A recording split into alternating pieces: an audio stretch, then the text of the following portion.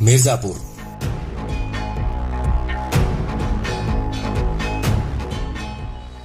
Mirzapur series का season 3 आने वाला है। हफ्ते भर में ही लॉन्च होने वाला है। कालीन भैया, गुड्डू भैया, मुन्ना त्रिपाठी, गोलू से लेकर जेपी यादव तक क्राइम, पावर, पॉलिटिक्स, गुंडा राज, स्मगलिंग के शासन वाले एक बेहद शहर जहां किंग ऑफ मिर्जापुर का राज है। सीजन 2 आने के बाद सोशल मीडिया में कई आवाजें उठ रही है, जिसमें कहा जा रहा है कि ये सीरीज मिर्जापुर जिले की बदनामी है। इस सीरीज में ऐसा लग रहा है कि यूपी के कई जिलों में इस तरह से काम खुलेआम हो रहे हैं, लेकिन असलियत में मिर्जापुर जिला इससे अलग है। आइए जानते हैं मिर्जापुर कैसे सीरीज में दिखाए गए मिर्जापुर से एकदम अलग है।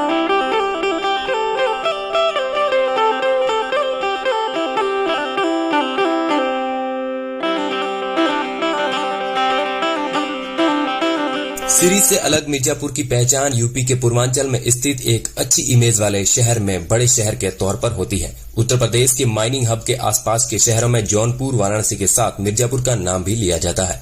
इस शहर में टूरिस्टों की एक ठीक ठाक संख्या आती है। गंगा का एक खूबसूरत किनारा इस शहर को शांत और प्रकृति के करीब होने का एहसास कराता है। मिर्जापुर सीरीज में जिस तरह से मिर्जापुर की गद्दी और किंग ऑफ मिर्जापुर की अवधारणाएं प्रस्तुत की गई है, ऐसी कोई इमेज इस शहर में नजर नहीं आती है।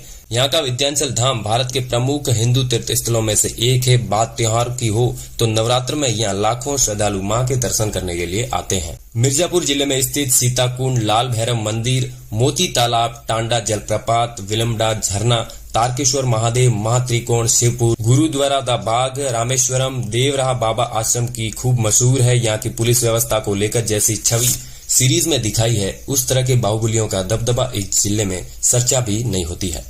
शायद इसीलिए यहाँ की सांसद अनुप्रिया पटेल ने मिर्जापुर सीरीज को लेकर सोशल मीडिया पर नाराजगी भी जताई थी। जिस तरह से मिर्जापुर को क्राइम सीरीज में पेट्रोल किया गया है, लोगों का कहना है कि इससे आम लोगों में डर बढ़ता है। यही नहीं, यहाँ के पर्यटन तक इस गलत असर पड़ता है। लोगों का कहना है कि इस सीरीज के निर्माता निर्देशकों को माफी मांगनी चाहिए। मिर्जापुर की एक क्षणिक बुराई सीरीज को फायदा तो दे देगी, लेकिन इसका बड़ा नुकसान एक शहर के रूप में मिर्जापुर वहां के लोगों को भुगतना पड़ेगा। मिर्जापुर की पहचान लाल स्टोन के लिए खूब होती है। पुराने समय में इस स्टोन का मौर्य वंश राजा सम्राट अशोक के द्वारा बौद्ध स्तूप को एक अशोक स्तूप को बनाने के लिए किया गया था। अगर भाषा की बात करें तो सीरीज में एकदम अलग टोन में मिर्जापुर के लोगों का भाषा सामान्य हिंदी और भोजपुरी है, जबकि गांव में दक्षिणी अवधी बोली जाती है। 17वीं शताब्दी के दौर में इस शहर के निर्माण की कहानी जुड़ी है। उस दौरान अंग्रेज ईस्ट इंडिया कंपनी के जरिए भारत को गुलामी की बेड़ियों में जकड़ रहे थे। उसी दौर में कंपनी के अफसरों को मध्य भारत में जहां अपना व्यापार फैलाने की जरूरत महसूस हुई, इसी संदर्भ में अफसरों ने गंगा के रास्ते पड़ने वाले लगभग सभी नगरीय क्षेत्रों का अध्ययन किया।